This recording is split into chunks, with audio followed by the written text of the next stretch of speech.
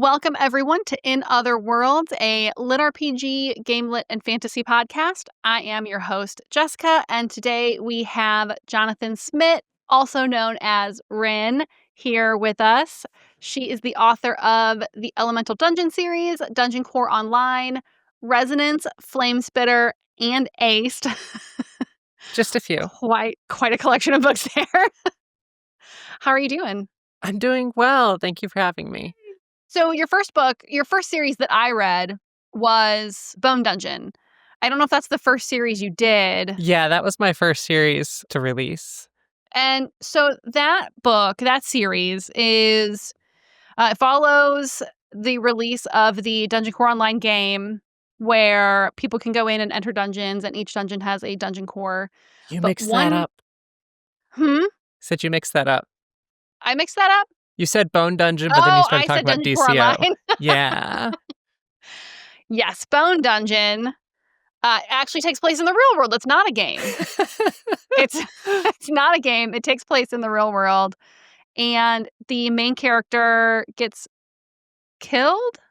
Yeah. The main character gets killed essentially for standing up to the church. Yeah, so a goddess, I believe it was a goddess, turns him into a dungeon core. Yes, the goddess of justice. Yeah, she's just kind of like, sorry, my church wrongfully killed you, so all is forgiven?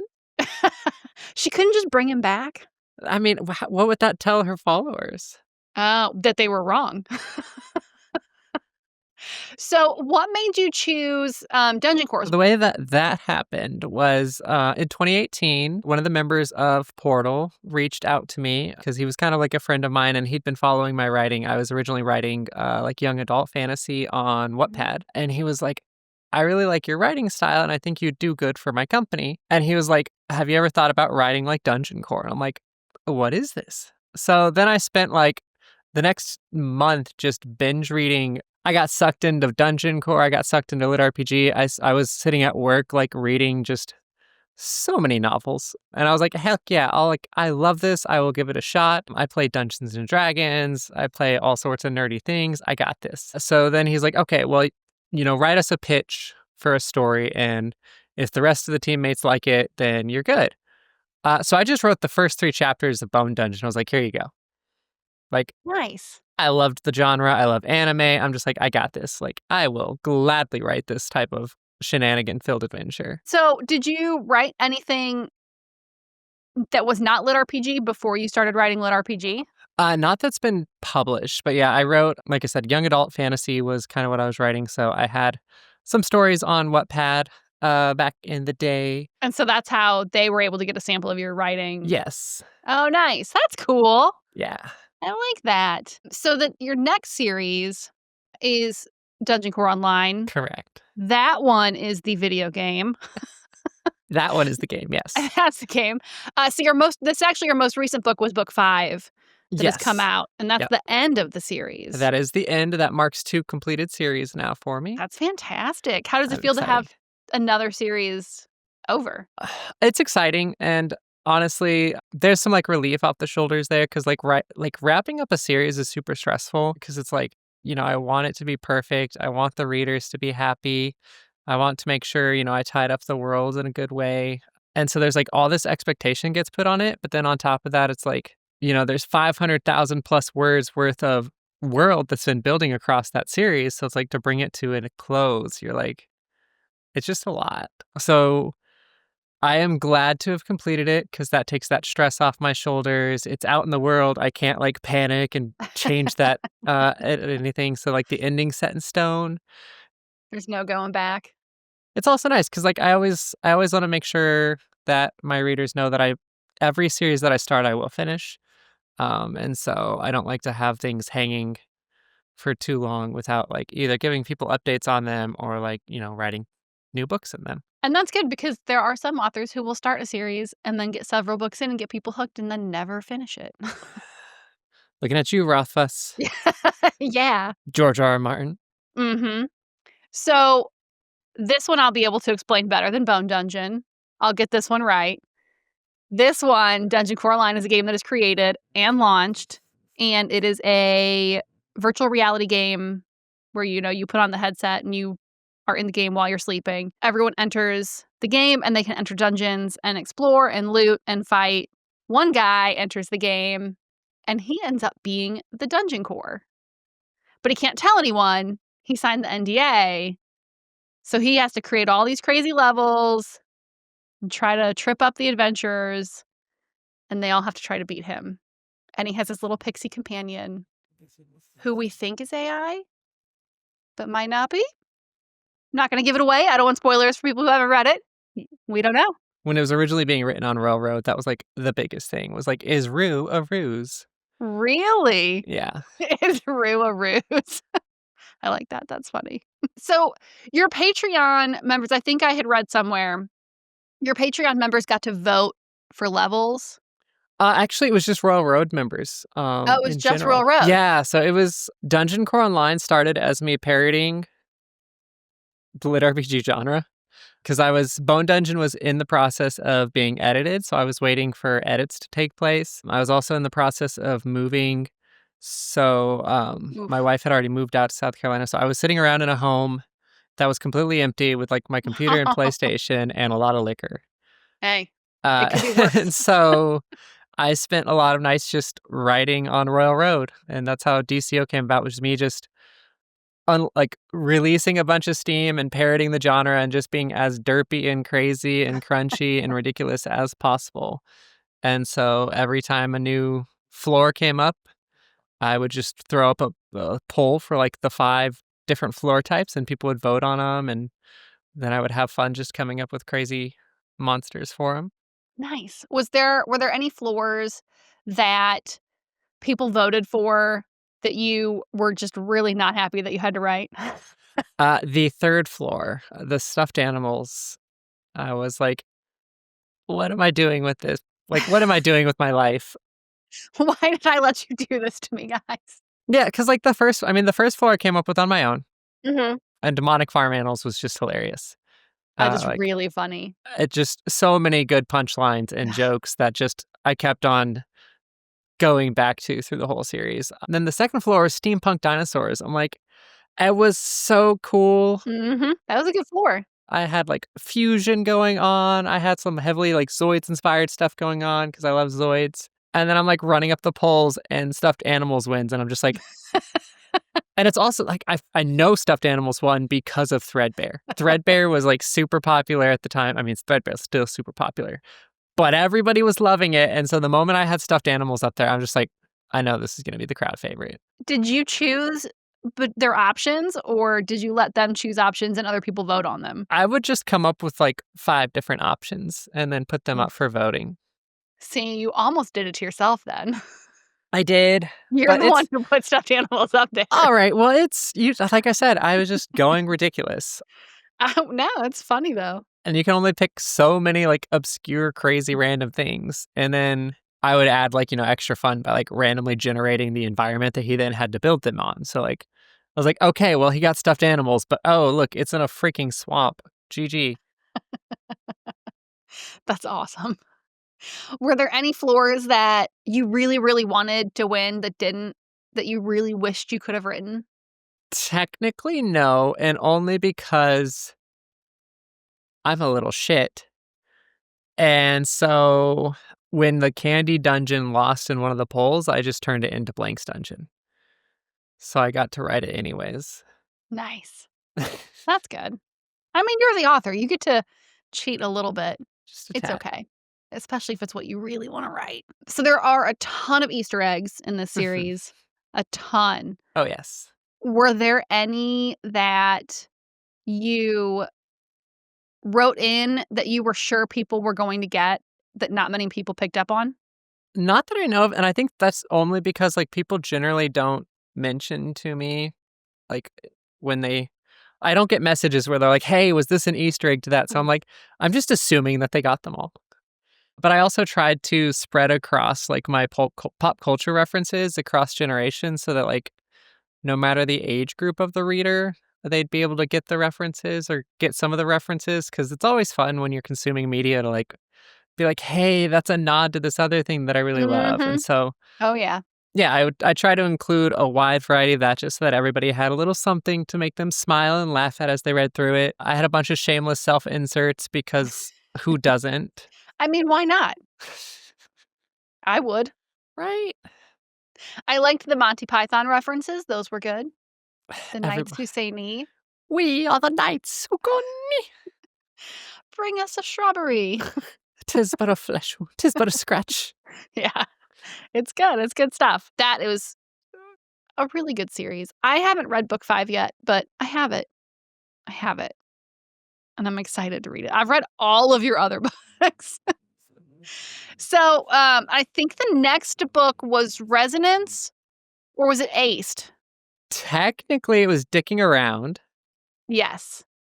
Okay, that's another one that I haven't read yet. Yeah, that one follows Alex's point of view in DCO. So it's just lets people get a player point of view. So it's super, like, low stakes. Like, it's almost cozy in that it is literally just Alex and Fel playing DCO I like it. with the worlds intertwining because it gets to show you, part of the DCO world that you don't get to see because James is stuck being the dungeon core. Yeah, he doesn't get to go anywhere. But yeah, so technically Dickin' Around came out, and then Aced. Aced was the next one. And Aced is golf. Tennis. Tennis, god damn it. I had that written down too. I'm the worst. Girl, you were killing me here. And I've read this book. I loved this book. There's a tennis player on the cover. I know. It is a tennis term. I have it right behind me. Yeah, it is literally a tennis term. As somebody that also golfs, Aced is not in there. Yeah. Well, I don't play either sport. Yes, it is tennis. I swear I read the book. I loved the book. Did you know? So I did. So what made you pick tennis of all things? Like, I know that you play tennis and you enjoy playing tennis. Is that why you chose to write about so tennis? I started writing Aced like halfway into COVID when I was getting stir crazy in the house and wanted some way to get outside. And they had just announced that like tennis was one of the few sports you could play safely outside. And so I looked around, found a tennis club, and was like, hey, can I get a tennis lesson? Because I'd never played tennis before. Oh, nice. And so I fell in love with it. And then essentially writing a tennis-based sports lit RPG means that I could write off my tennis lessons. That's really why you wrote it. But on top of that, like I said, I love anime. And I love sports anime. So I'd already watched like Prince of Tennis, Major Second. Yeah. So I love sports anime. So it just made sense to make a sports lit RPG in my mind. I was like, yes, I can combine this new passion I've got, put in a lot of realism because I'm, getting it directly from my lessons, add in characterization and a game system that's based off like The Sims meets Elder Scrolls and go to town. Nice. And it was actually like, as someone who doesn't really enjoy sports, I don't play, I don't really watch sports, it was really good. It was very good. The characters were fantastic. I really liked his progression through the story. I can't wait for number 2. Yeah, number 2 is like a third of the way done. I just Nice. haven't had the time to work on it because it's one of my. It didn't sell well. Trying to sell a sports lit RPG is kind of hard. And so Yeah, I could see that. it had to get on the back burner a little while I focused on other stories to try to, keep the bills paid. Well, it was definitely probably one of my favorite. I listened to the audio, so Sound Booth Theater did the audio, and they did a fantastic job on it. It was really, really well done. It was probably one of my favorite audiobooks of last year. Yeah, Ryan, I was so excited because I met Ryan 2 years ago at the LitRPG Under the Sea event, and he's like, I'm going to be narrating Aced for you and everything. And so it was like, Yay! we connected really well there. And it was like one of the first things he did for Sound Booth, I think. But like I listened to the audiobook because they sent it to me and they're like, hey, listen through this, make sure everything's good. And his narration and like this characterization of the characters, like I was crying in some of the I scenes. think And I'm just it's sitting here, I'm so like, this is good. bullshit. I wrote the damn thing. Why am I crying? Like I know the lines. I know what's coming up. I know everything in it. And yet somehow I am sitting here crying. Yeah. which just attests to how good of a job Ryan did. And so I fell in love with Ryan's work then and there. And he's just a great person. Yeah. They did do, Sound Blue Theater does have a special audio version of Aced The on their audio website. They immersion. have an audio immersion. It's only one episode at the moment. If it gets enough love, though, there's the potential for it to become something more. Which would be fantastic. Which would be fantastic because it is all completely rewritten. Ooh. Yes. So that first episode, Ryan hopped on a call with me and I spent like 4 or 5 hours hammering out 10,000 words purely with, the intention of it being an audio drama. So it's all completely rewritten to bring it to life more in that, War of the Worlds audio drama way. That's pretty cool, though. Yeah. Yeah, it was the audiobook was fantastic. It was one of my favorite listens of last year. It was so good. I loved it. Who doesn't love a derpy little high schooler trying to get good at tennis to impress his love? Really? It was super cute. It was very cute and very heartwarming. And then Peter is just like, I don't know. Peter's such a good character. I love Peter as a character. So then was Resonance. Flamespitter. That was Flamespitter. Okay, so but to be fair to you, Flamespitter and Resonance both released a month apart. Okay. Because I read Resonance before I read Flamespitter. Yeah, because you picked up a Resonance copy at DragonCon when I was handing out the advanced copies. Yes, but I also had the Kindle. I had the Kindle art copy. Oh, that I right. had read. Yeah. But yeah, so that was, like I said, to be fair to you, they released I think it was 3 weeks apart. One was in the end of September and one was early October. So Resonance is an AR, augmented reality phone game. Yes. And no one realizes, well, not no one, but the majority of people don't realize that it's real. Yes. They all think it's just a game. They all think it's like Pokemon Go. Yeah. But a select few load it up and become exorcists. Like hunters. Yeah, they become exorcists. So, but I don't know. I don't remember if it specified in the book what it was about him specifically. So it's essentially the whole process of it. There's a nerdy part of me, like I said, every part of me is nerdy. But essentially, certain people have a different resonation about them that lets them resonate more with the other dimension that's kind of linked into ours. So it's like there's 2 dimensions. It's like a Venn diagram. You've got the dimensions kind of like imposing on each other. And so there's some overlap. And so some people just resonate at the right frequency to be able to manifest powers and connections to the other dimension. Nice. And so he loads up the game and he becomes an exorcist. And the first one that he gets is Wink. Just this floating eyeball. Just a floating eyeball with an Eeyore personality. Which is the perfect name. It's the perfect name. But he's this very weak, he's a very weak character. Yeah. And then he gets this dog. He gets Narcissus. Yes. Bladed Drake, yeah. Who is just a pain in the ass. A pain in the ass, but very powerful. Very powerful. So I'm kind of excited for book 2 of that series. I'm actually working on it right now. Yes. I'm just past 10,000 words into it. I had to slow because I'm editing the second book of Flamespitter right now, so you've got your hands full. Yeah. That's good, though. There's never a dull moment. Always busy. And so then, obviously, Flamespitter.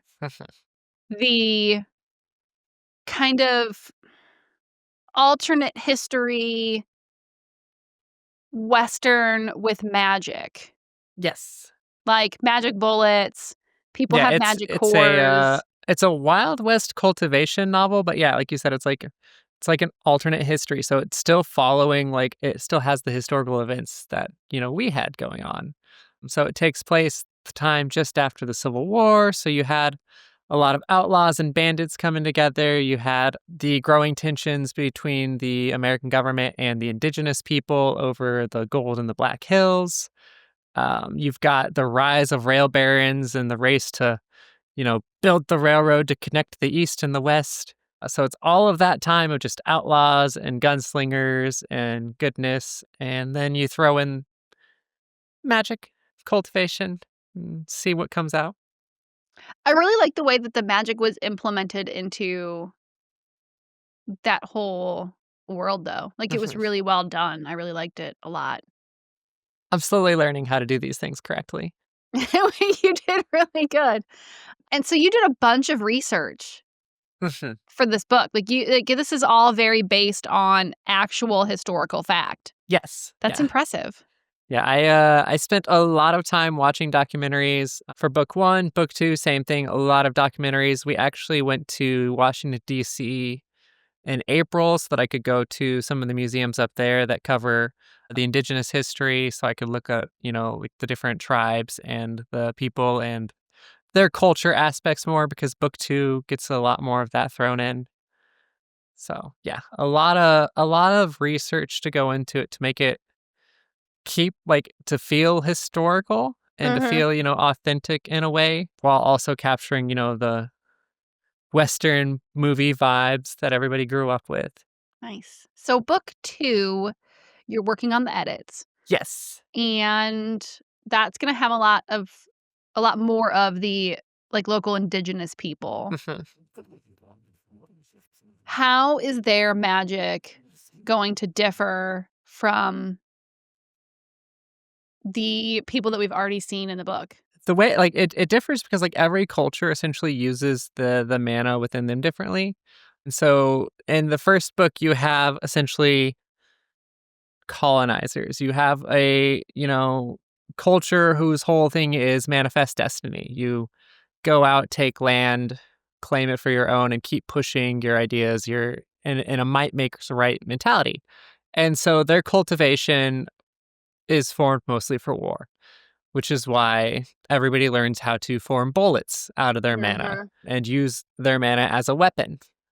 When they interact with the indigenous people, they learn that the mana isn't just a weapon. So the indigenous people have more of a connection with it with regards to the natural spirits of the world and the nature aspects. So they're actually able to use fire mana to purify, to Ooh. cleanse, venom and toxins from the body.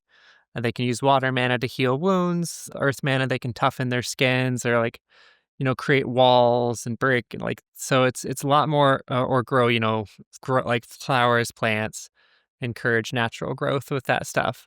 Whereas wind, they can use wind to send messages, to speak far distances. And so they still have aspects of it. They can still use it to fight because that's still a part of the culture as well, but it's in a very different manner than what we see in book 1. And that's just because those cultural ideals come through differently. And that's a big point that I'm doing across the entire series is as they're showcasing different cultures, it's showcasing how their histories, their ideas, their beliefs change and affect how they use their cultivation and how it's shaped through the millennia of each culture.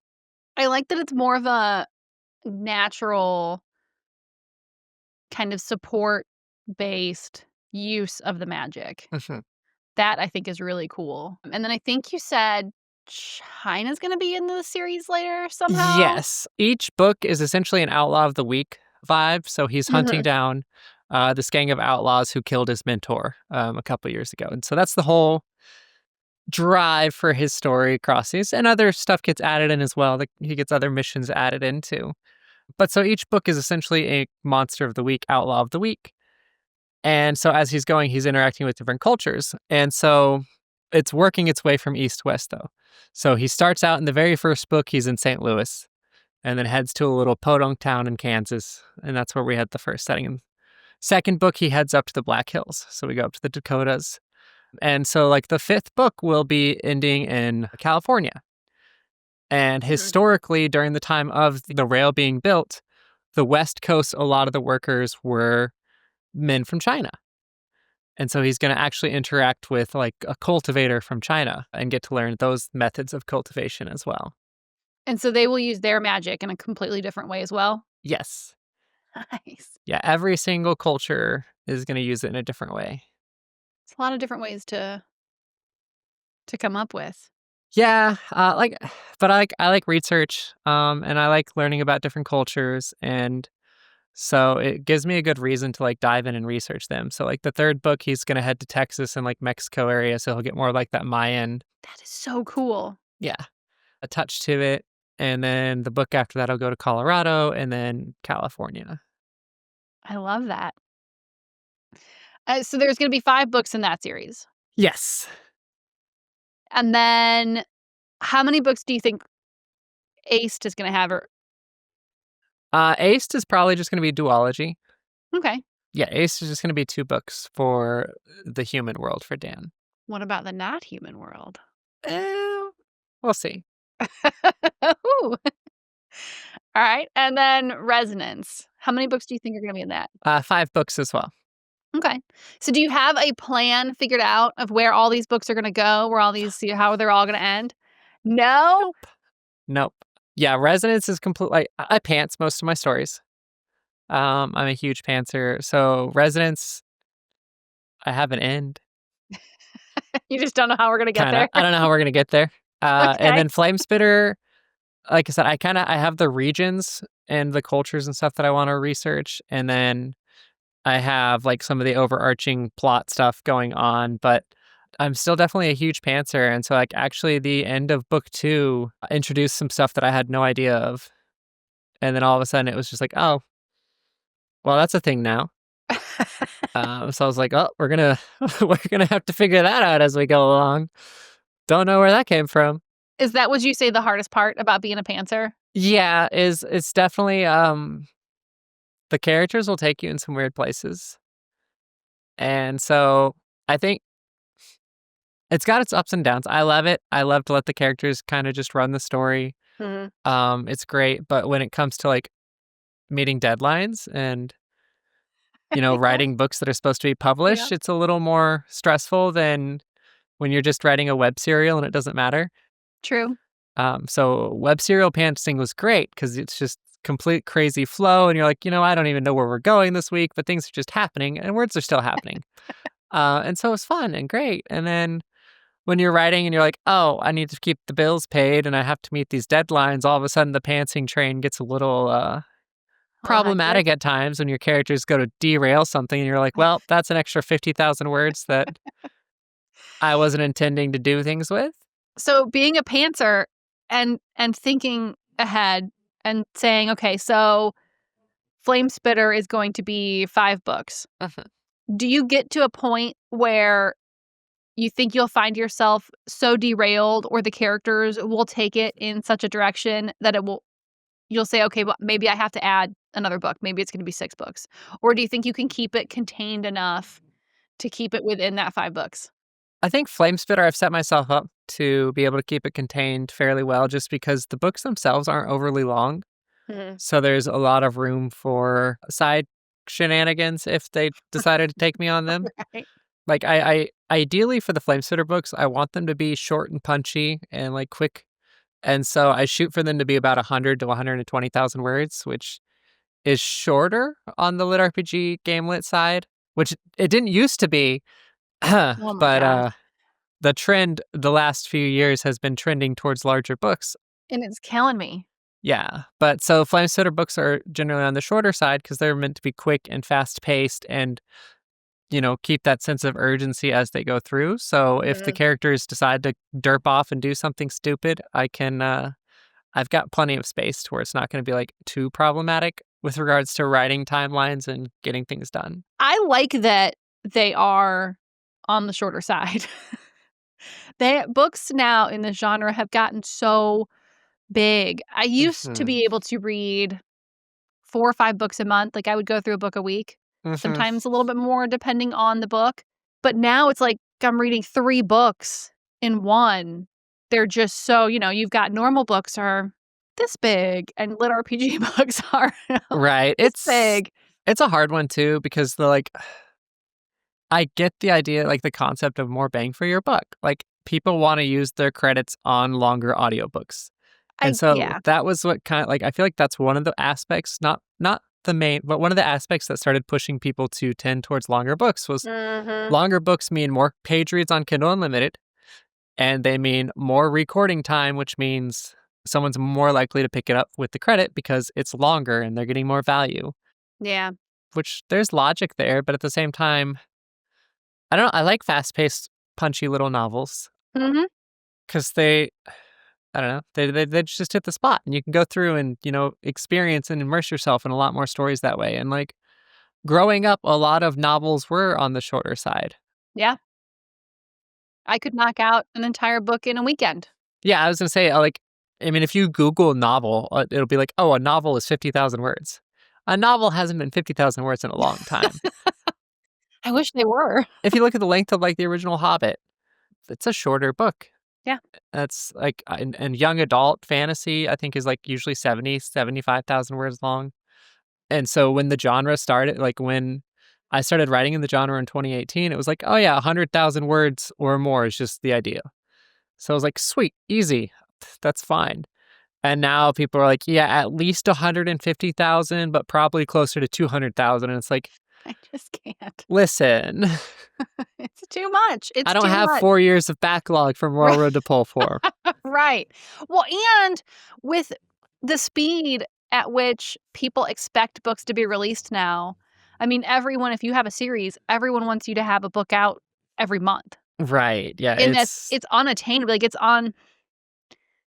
unattainable at those word counts and lengths.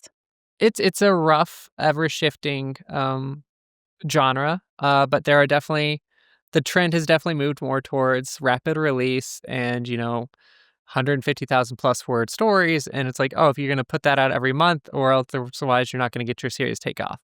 Or it's Yeah. like, hey, if you get book one out, you better have book two out within the next 2 or 3 months. Otherwise, good luck. And then, oh, by the way, now it's trending to where a lot of readers won't even pick up a series unless there's at least 3 books out because of the trend of people not finishing novels and Mhm. not finishing series. So it's like every step of the way, there's just new challenges Yeah. that appear for authors. At that point, just have your entire series done. I mean, that's what some authors will do. Like they won't. And then release the books 1 month at a time, Yeah, and then while those are releasing, write your next series. yeah. There are definitely some authors that have taken that route. I know Dakota's done that with a few series, and it's nice. I'm jealous of people that have the luxury to be able to do that. It's just not a sustainable model, I think. My bills say that I can't afford to do that. Yeah. My backlog does not generate the income to let me do something like that. But yeah, it's a viable business model for those that can do it and those that can like keep that type of production going. But yeah, I can't. I would burn myself out way too quickly Yeah. trying to push myself to that degree. So I just try to focus on creating fun stories that people will enjoy when they get out there and hope, Well, you're very good at that. I've enjoyed hoping. them. Yes. I've now you're good at getting the stories out there that people enjoy. I've enjoyed them. So, you go from dungeon core, Mhm. and I'm not gonna say these in order. You go from a dungeon core to an AR phone game, to a Western, to tennis. Yes. Why is there such a wild variance in what you write? Part of it, like, I love Dungeon Core, but Dungeon Core is more niche than LitRPG. Yeah. So Dungeon Core is just a smaller, and so after writing 8 books of Dungeon Core, it's kinda burnt out. Like, I have plans to go back to it. I have plans to write a standalone that takes place in the Elemental Dungeon world. Oh, Um, yay. yeah, and, like, I have all these other plans for things. It's just a matter of, like, time, and part of it was also for the most part, when I'm writing a series, I like to write stuff on the side as well, just Mhm. to keep myself from burning out. So, like, I don't have to force myself to write something on a given day that I don't feel like. So I Right. like to have options. And so that's how Aced came about because it was just my fun little side story while I was working on some of the other DCO books. Resonance came out because it was a fun little side story that I was working on while I was working on like DCO books and Hallowed Bones and stuff like that. So it's like these are just stories that I was doing on the side to have fun with and to like kind of decompress and just try writing something different than Dungeon Core while I was doing Dungeon Core stuff. And then Flamespitter, came about because back when I used to do a writing stream, I had a prompt that was like magic and Wild West, and I wrote like an 1,000 word thing in it, and like I really liked the vibes in it, and I was like, it really resonated with me. So I was like, I need to do something with this, and so I kept the idea playing around in my head for a few years. Told my publisher about it, and they were like, "Oh my god, yes!" And so, and I mean, if you talk to Stephen Landry and Tori, they heard me drunkenly talking about this concept along with James Hunter on an Uber back from Medieval Nights I love it. back in like 2021. So I the love story it. has been brewing for a while, and so I just finally got around to bringing it to life last year. And so I'm super excited about that. And like I said, book 2 is already done. I'm just editing it now. So Yes. You're so good. Well, I'm glad that you decided to publish the fun stories that you were writing on the side instead of just writing them for yourself and then, like, putting them away and going, "Okay, these are in a drawer now, and right. they were just for fun." I'm glad you published them. Yeah, I'm glad. I fall in love with all the characters that I write. So I'm always like, they deserve to be shared with the world. And I'm lucky enough that my publishers and other people are like willing to give them a shot and like the concepts enough to like make them into reality. Yeah, they deserve for other people to love them too. Nice. So when you started writing the LitRPG, Dungeon Core books, Mhm. that was so you had been asked to do that without having written any LitRPG books before. Did you have any idea what LitRPG was, or No, I hadn't come across the genre yet. But it was so I didn't realize they were books out like that. But at the same time, it wasn't something I was like unfamiliar with, just in that I already was watching a bunch of isekai anime and portal anime, and like I video said, games I and played a bunch of MMOs, so it wasn't like I was unaware of the worlds like that. It's just I didn't realize it had become a literary form outside of light novels, because I used to read light novels as well. So like I was used to reading Sword Art Online as the light novel. So I'm like, yeah, Mhm. this is a thing already. But they're like, no, these are books, not light novels. And I'm like, okay, I'm I'll give it interested. a shot. I'll check it out. So you started with the Dungeon Core books because that's what you Yes. were getting ready to write. Yes. Which book did you start with? The first one I started with was Slime Dungeon by Jeffrey Falcon. Okay. I have not read that one. Yeah, he's got some of the oldest. Slime Dungeon and Divine Dungeons both started around the same time on Royal Road, I think. Okay. Don't quote me on that. Divine Dungeon I've heard of, but Slime Dungeon I Yeah, haven't. Divine Dungeon's Dakota Kraut, Mhm. Slime Dungeon's Jeffrey Falcon. Nice. And so yeah, they both started kind of around the same time on Royal Road, if I remember my LitRPG history correctly. And so yeah, I read all the Slime Dungeon novels. I read all the Divine Dungeon novels. I read some random obscure ones that people have probably never heard of that I can't remember the names to. I also read the uh, Hugo Hesco's books. I forgot the name of the series, but they weren't really like proper dungeon cores. They're like dungeon building, but he still gets to go Hmm, outside of the dungeon and do things. Like book okay. one's called like Dungeon Lord. I just can't remember. Oh, the Race Haunt series, Okay. which are very good. And then I was reading like VGO, Vertigate Online. I read Mhm. Alpha World, which is DJ Shinhoffen. I don't think I said that last name right, but I think it might be sorry. Shinhofen, I Yeah, think. I think I got close. Yes, it was very close. Sorry, We might DJ. both be wrong, but very close. Yeah, so I was just consuming, because also like at that time too, some stuff was going on in the real world with regards to my job, which meant I had a Mhm. lot of time in the office, because that's kind of the type of job I had, that when things were happening, you just sat in the office in case something bad happened. You had a lot of work free time. Yeah, you're just there, Hmm, in front of the computers and you're watching systems. And so I was reading a bunch, nice. and yeah, Kindle Unlimited really was getting its paying its I worth. bet, I bet. Getting your money's worth. Yeah. What do you think your biggest influences, in lit RPG have been? It's a tough one. Sometimes I ask tough questions. I know that's a hard one. A dungeon core related, definitely Divine Dungeon. Just because like the snarky humor and the pun stuff is stuff that I could resonate with. I love it. But then like at the same time, that was a rough one because like I loved Dakota's works and I loved his Divine Dungeon series. But then like when Bone Dungeon released, there were a bunch of like people that were like, "This is just copying Divine Dungeon because it's got a necromancer in it." And I'm like, "But it's not. It's really not." Like it stung a little more because like I did admire Dakota's works a lot and like Yeah. he was an inspiration, and then people just being like I was copying it was like it's not though. It's really different. But thanks fam. Love Well, it. I think at this point, at least now, it's really almost impossible to write a lit RPG book that isn't at least somewhat similar to a book that's already been written. Right. Well, and then It's almost impossible. it was frustrating too cuz like especially with the dungeon core novel, yeah, the dungeon's going to have a core.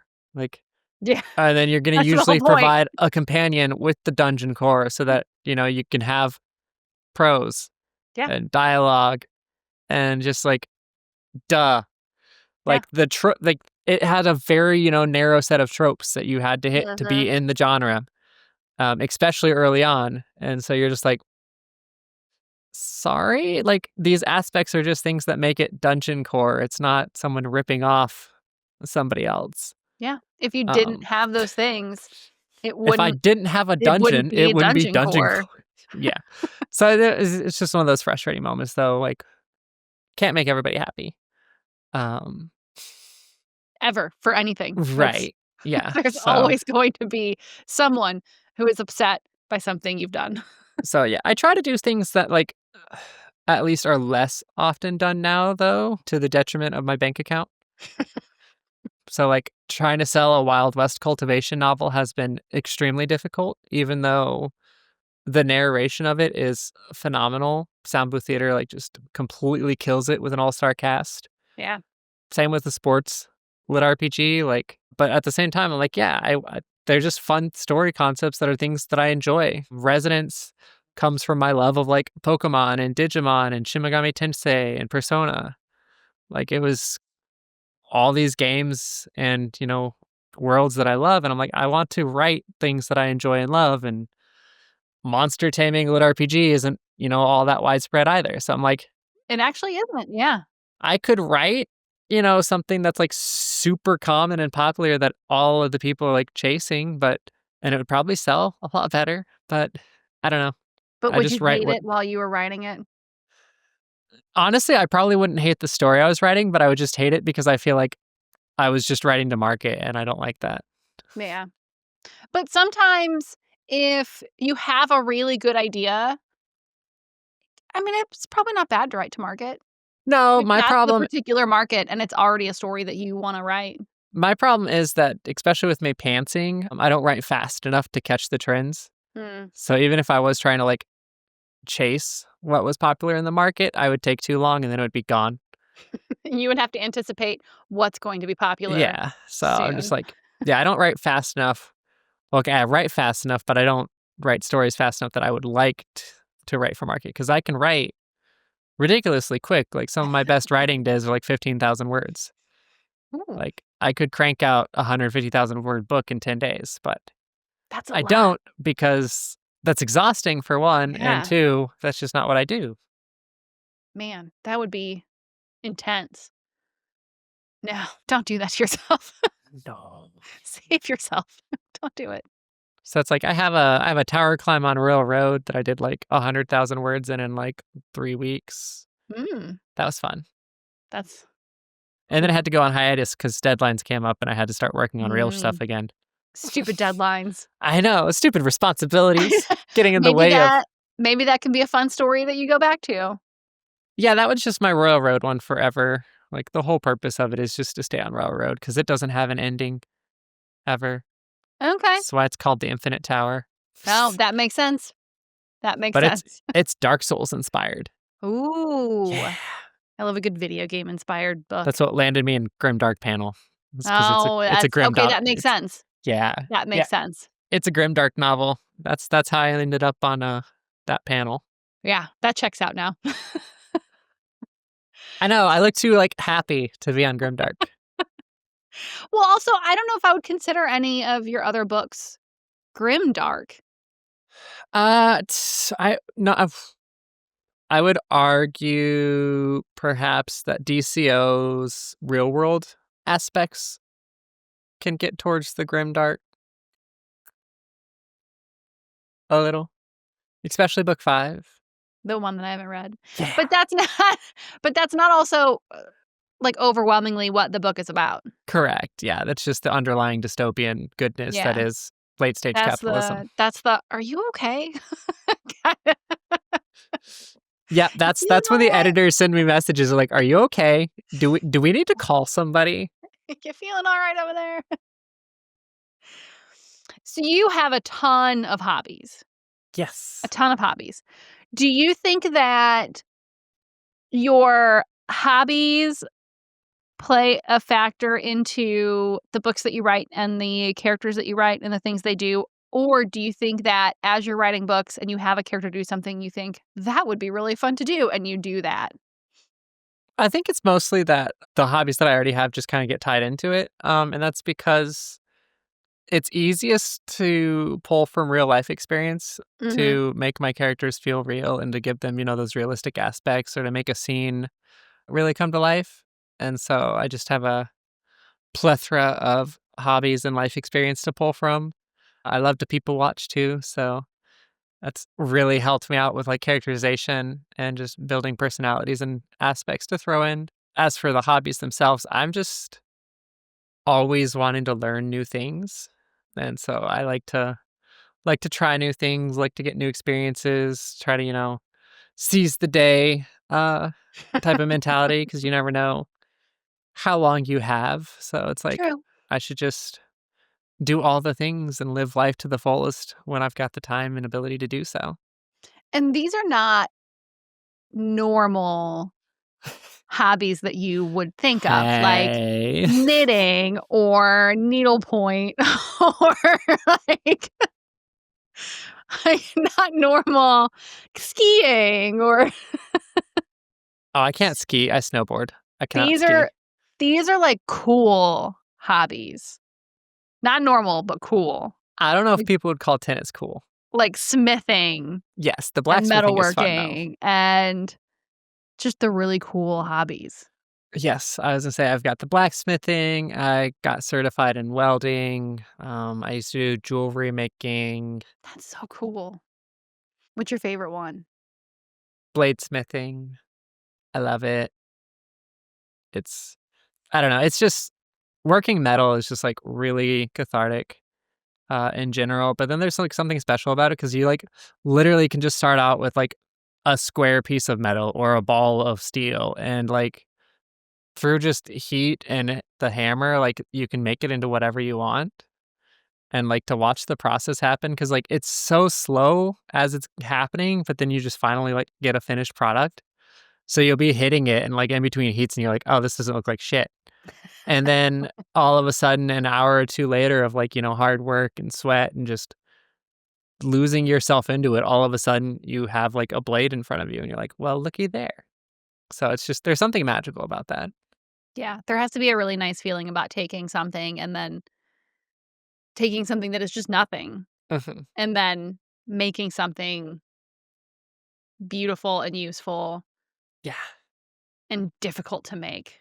Yes. Yeah. It's a really fun hobby to have. And I picked it up because I wanted to like be able to make weapons from my books sometime down the road.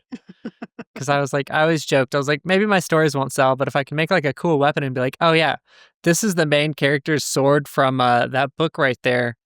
I'll sell it to you discounted if you buy the whole trilogy. There you go. Sell the books with the merch. There you go. Some people are like, Or, covers sell books. buy my entire library of books and I'll give you this free sword. Right. Yeah. It's like some people are like, oh, the cover sells the story. No, no, no. The sword sells the story. The weapons sell it. Have there been any hobbies that you picked up that you just didn't enjoy or were just like, "I can't do this"?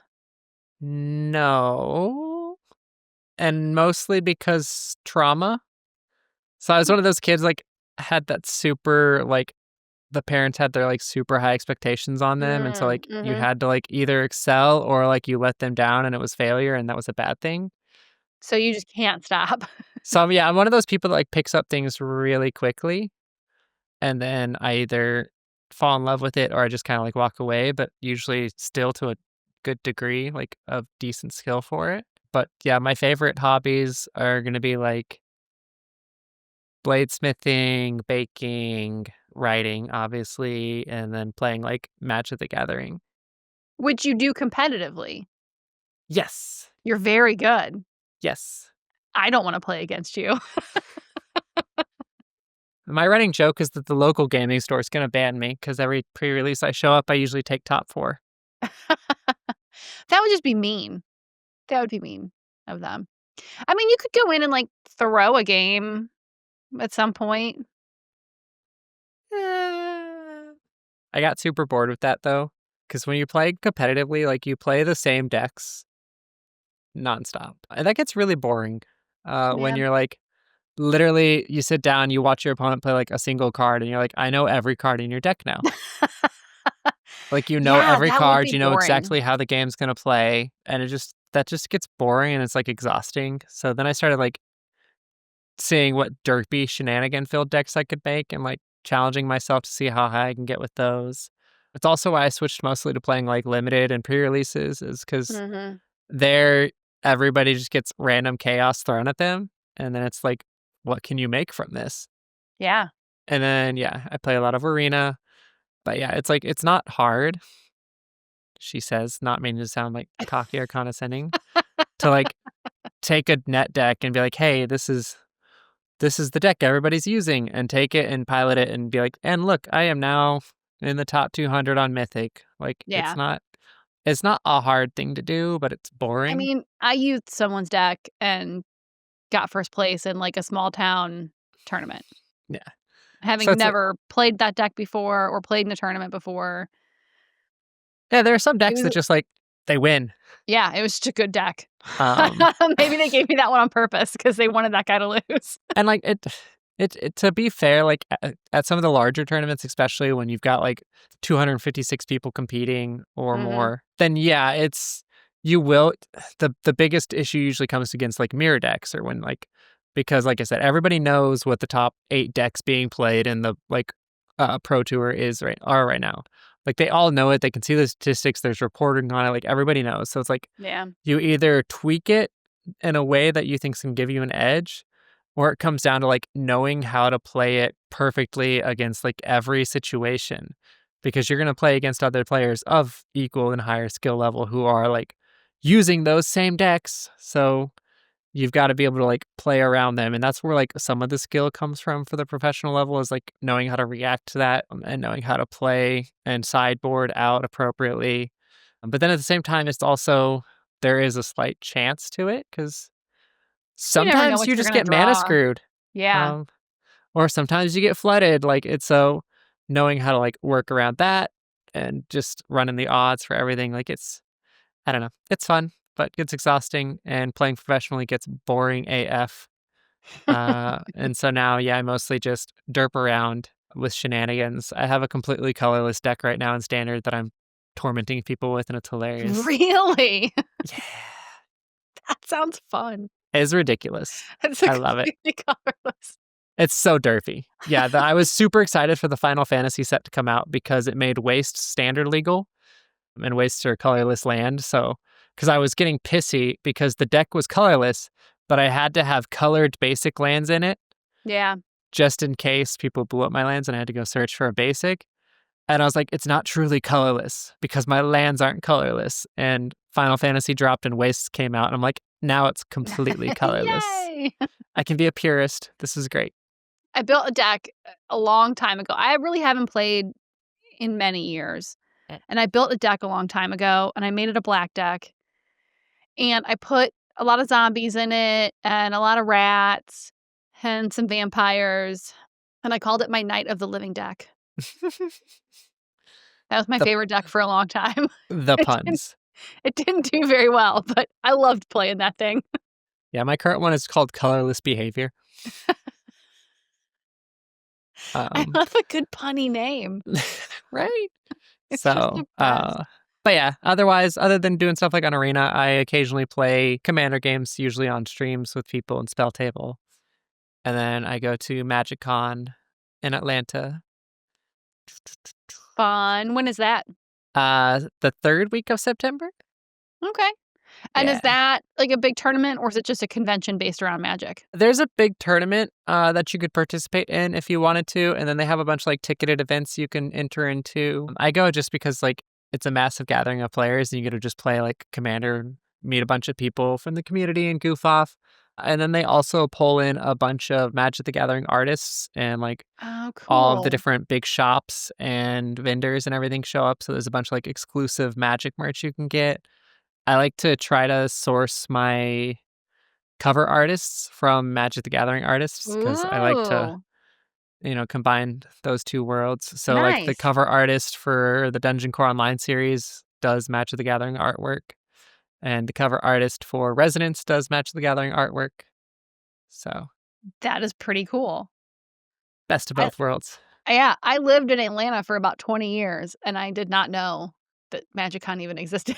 It changes locations for some of the cities. Oh, So last year I went to it. I went to the Vegas version of it in October. okay. Which this year the Vegas one is happening this weekend actually. Hmm. But then the other cities they did Chicago, and that was at earlier in the year, and then Atlanta was the end of the year. And so I opted for Atlanta because I can drive to it rather than have to fly. So it Yeah. saves me money. Plus, flying with magic cards is questionable. It shows up as like just a solid black square on the scanners, so it has to get like I'm sure they don't like inspected. that. No, yeah, yeah, that made TSA an experience. Yeah, I bet. I can't imagine. I bet they don't like that at all. No. And then you're like, "It's just literally a deck of cards, guys." Yeah, on the way home, you could tell the TSA guy was, used to it because it Mm, literally all went through, and he just looked, and he's like, "Magic cards?" And I was like, "Yeah," and he's like, "Go on." I was like, nice. "Okay."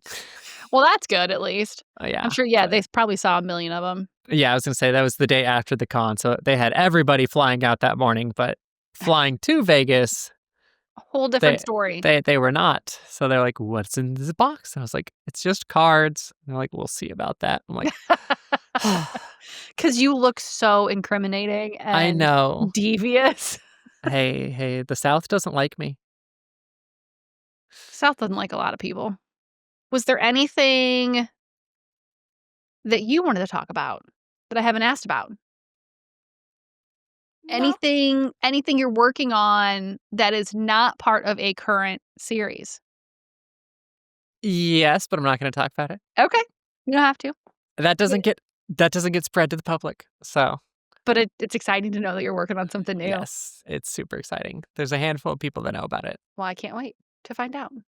So where can people find you and your books? So, my books are all on Amazon. All of them are available on Kindle Unlimited. They're also available as ebooks, paperbacks. Some of them are hardcover and Audible. My series, I either got lucky with Sound Booth Theater narrating them or Travis Baldree narrating them. So, just some modest narrators.